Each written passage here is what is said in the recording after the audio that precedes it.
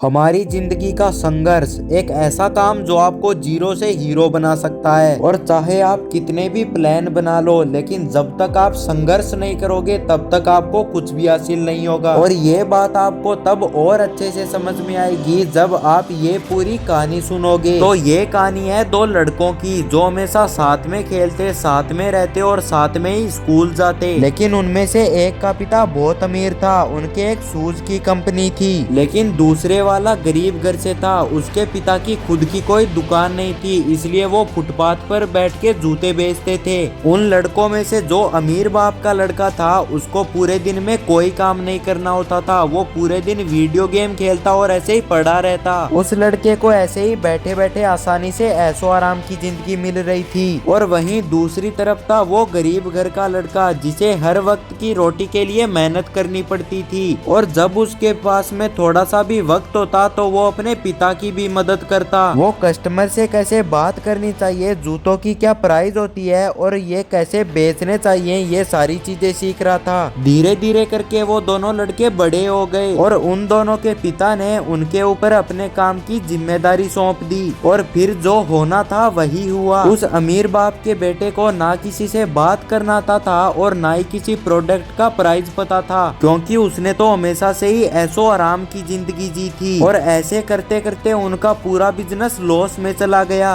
और वहीं दूसरी तरफ उस गरीब घर के लड़के ने अपने बिजनेस पे मेहनत की और बड़े बड़े लोगों से कांटेक्ट किए। और ऐसे ही मेहनत करते करते वो उस शहर का सबसे बड़ा बिजनेसमैन बन गया। और फिर वो अमीर बाप वाला बेटा इसके पास में नौकरी मांगने के लिए आया। ये दोनों दोस्त थे, इसलिए इसने उसे नौकरी दे दी। फिर उसे अपने जीवन में संघर्ष का असली महत्व पता चला कि अगर वो उस वक्त संघर्ष करके कुछ काम सीख लेता तो आज ये सब देखना नहीं पड़ता। इसलिए आपको भी अपने जीवन में कंफर्ट जोन से निकलकर स्ट्रगल करना चाहिए, क्योंकि स्ट्रगल यानी संघर्ष ही वो है जो आपको अपने लक्ष्य तक पहुंचा सकता है। तो आई होप करता हूं कि आज की वीडियो से आपको कुछ सीखने को मिला होगा। अगर कुछ सीखने को मिला है तो वीडियो को लाइक कर दीजिए, क्योंकि आप सभी के एक लाइक से मुझे बहुत मोटिवेशन मिलती है।